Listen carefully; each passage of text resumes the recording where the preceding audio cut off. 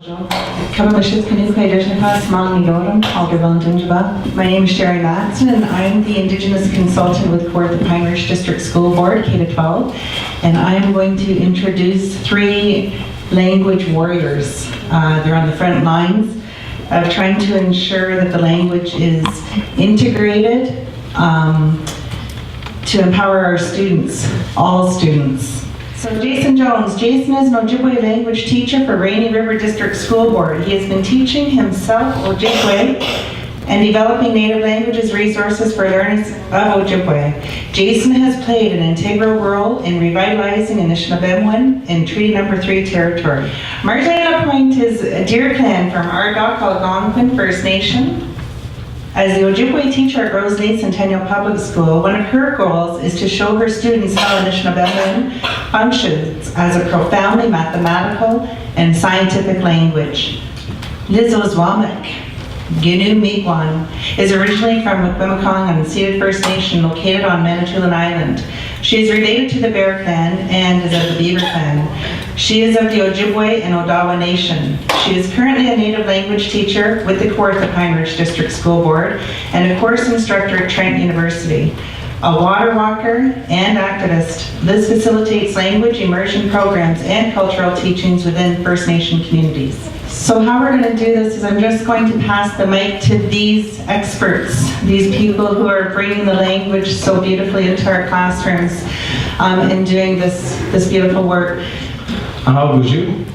I think one thing that I want to say first is that I'm an Ojibwe language learner, and I think I'll always be a learner. So when someone says like I'm an expert, I kind of like, not really. Just teaching myself Ojibwe language and working with the Robinson program really helps me to understand the language a lot better. Some of these new math concepts that were coming up and were asked of us to translate really helped me to understand how languages come together with Ojibwe language. And we have the word ga, mama we, asiagindasawin, kind of a long word. But taking it apart and looking at it in detail really helped me. Like the asiga gindasawin, like I knew a gindaso meaning to read or to count. I don't know if it means that. And a sig means to like gather. And all of a sudden the word is getting more and more bigger. And you add in the word mama we, which is a preverb, doing it together. And then ga, and then at the end having yam, doing it together. So all together, it means together, we're doing math together and learning math together. And for me, I've actually started developing some lessons on word parts. And I find that working with the students, no matter what the word part is, if the word part stays the same all the way through the language, they can start figuring out these new words that are being created. And it actually helps me to be proud of my own language and understanding the vitality that it has in the ability to create new words, especially with technology, having new words to be created really inspired me to think, wow, our language can really go a long ways in developing these words. So that's pretty much all I wanted to say today. I think there's a question and answer period after. We'll address that.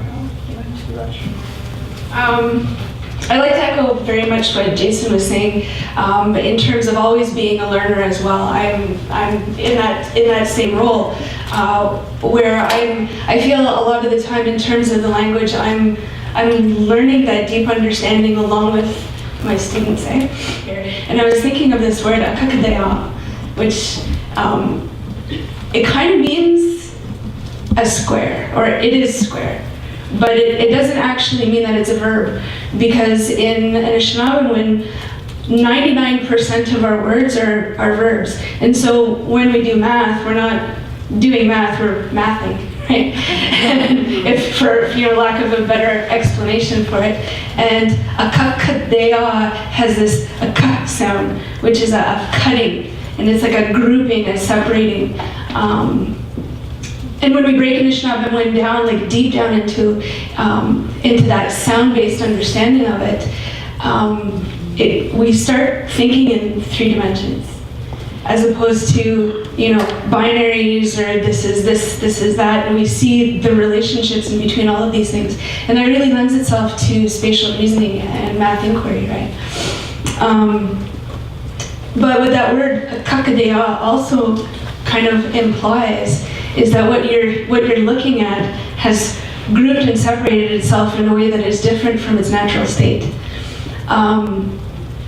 Which is kind of what a square is, because if we look out onto the land, right, what we see are not really squares. We see kind of things that are of all sorts of different shapes and textures, but that very harsh squaring off is it's an odd thing to see, and so that's why we have that like a very specific word for it.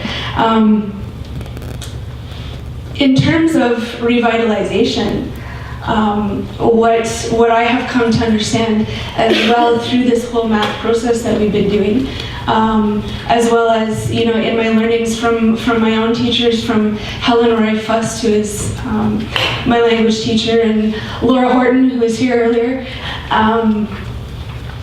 is that those deep understandings of language are really what are, and this is like the really earth-shattering thing, right? Are really what what is going to help our students succeed. I know, you all know this. This is nothing shocking, but I think it helps to rehear it over and over, where Anishinaabe, that deep understanding of it, and including that the language and the culture is that student success. Like that's the source of it.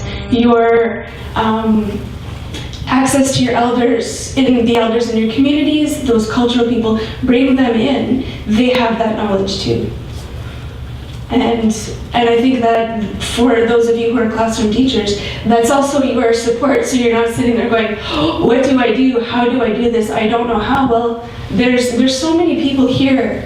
There's so many people out in those communities. Establish those relationships, bring them in. They do want to help you. Help me much. I guess what I'd like to share is when I was growing up, I guess how I learned, with math is using our body, like basic ninj, one hand, niche, ninjin, or, using our body, we gindasyang to count in Anishinaabe. And so, knee high, Anishinaabek, could be a knee high, or basic ninj, shoulder to shoulder, or just using our body to, to measure, to find, a certain length of whatever it is, what we were doing. And so when I'm teaching, Anishinaabe, I do use, the beading and using the beads and doing the loom work as well. I've done that with making, the medallions in the classroom, and it does take a long time, and sometimes we just, we gotta make those patterns first, and they decide, what size they want it, and using that. So I appreciate what the activity we're doing there, creating, those patterns today. And so those are the things that I use in Anishinaabe when I'm teaching. And so it's great to use, how we learned, Meoja, bringing those things that we learned growing up. And so I just like to say that for now. Chimiglitch. How do we continue to encourage and foster the importance of the need to take the language, and how does that help our children and our communities?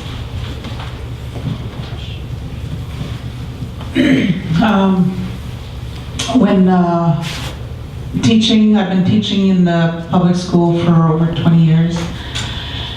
And when I first started teaching at the school where I was at, I had to ask the children, who's an Anishinaabe here, because they were all blonde Anishinaabe. So the one that I did think, that was Anishinaabe, she was Spanish. And so,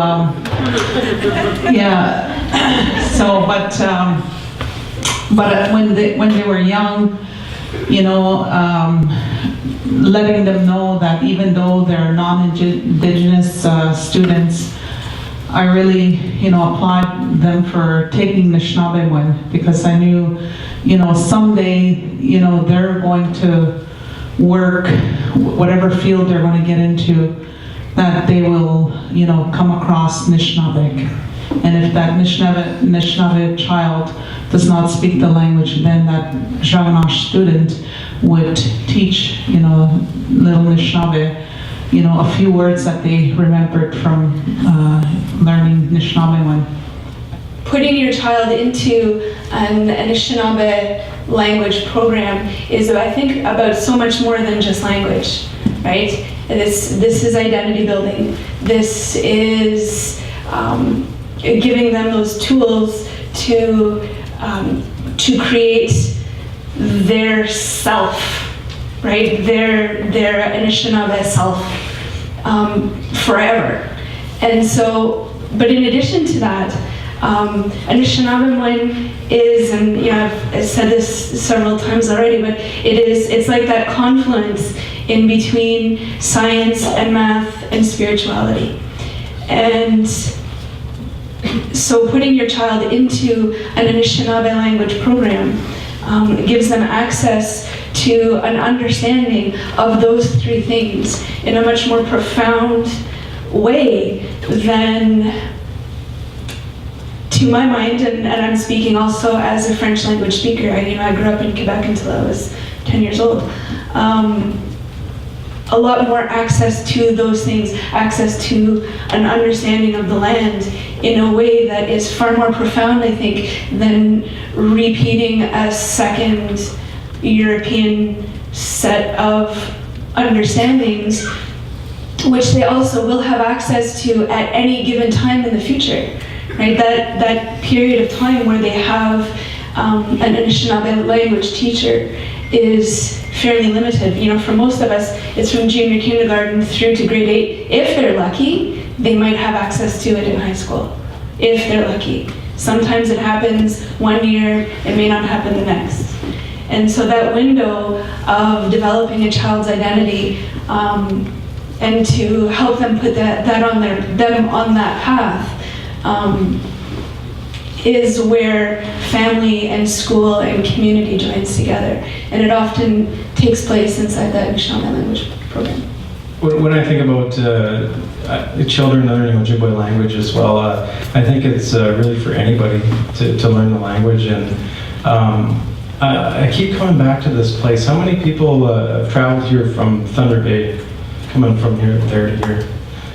You might have passed a town called Sapawi, and I talk about this one with kids. The word was Ganasabai08, and what it translates to is the place where somebody drowned. And for me, it starts a discussion with students. Okay, so what's going on with that lake? There's been many people that drowned around Rainy Lake, so why isn't there a name for drowning on this lake here?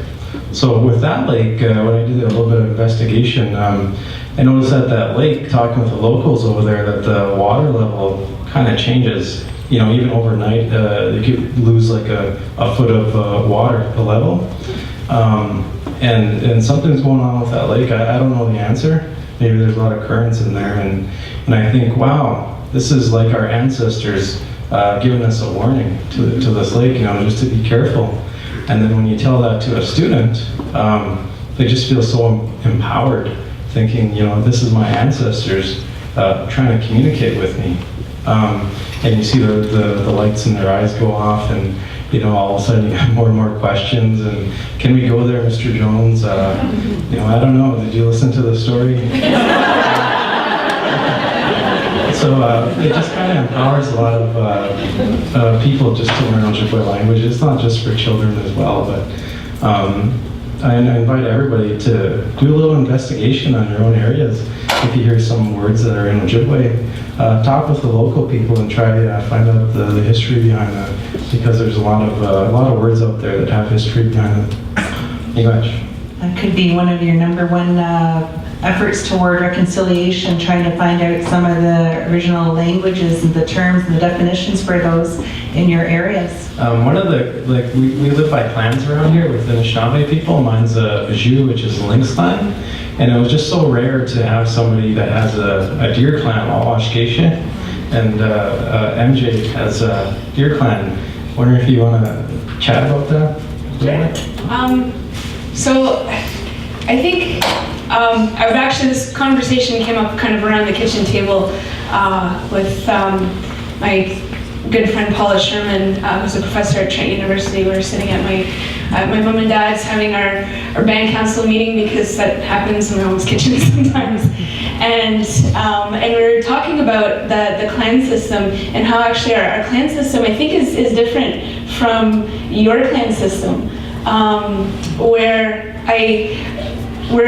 one of the pieces of rebuilding our nations is rebuilding our governance systems, because many of those things have been lost. And so we have a lot of people who believe they are one clan, but their people maybe had been matrilineal for a very long time until the Indian agent came in and said, you have to take your father's last name.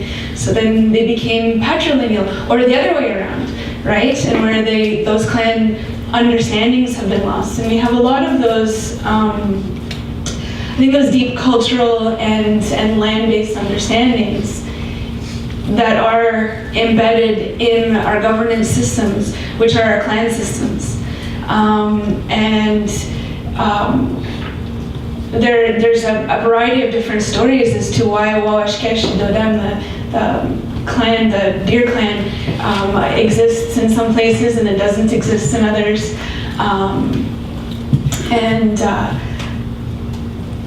Even our word Doadem that's a verb too, right? And it talks about how you do things gathered together. You're gathering that way to yourself, and you do things in the way of that. And where I am from, my father's family is his mom is Mi'kmaq, and so I'm related to, if you guys, anybody here from Nova Scotia, my family is the Martins, the Doucets, the Glodes, and the Muse family. So I think if you throw a rock on any reserve in Nova Scotia, you'll hit a relative of mine. The Anishinaabe part of my family, which is my dad's dad as well as my mom's dad, we're from La Petite Nation in Quebec.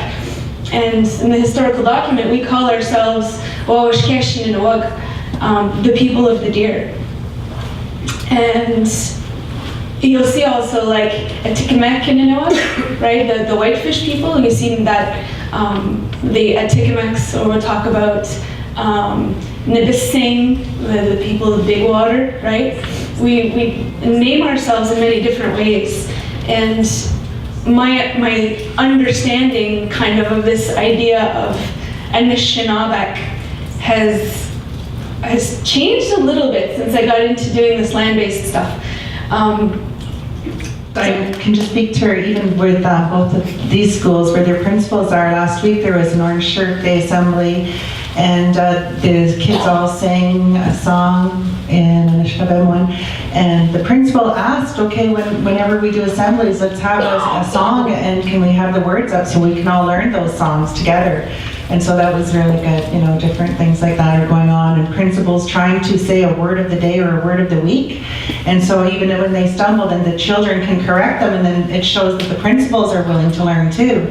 So it's all good, and so it's that lifelong learning being shown. And what I love about it is the absolute incredible brilliance of our ancestors, that once we start to learn that language and languages, that we see that shining through, and it helps to instill and reinforce that pride in incredible ways. So, Miigwech. Thank you.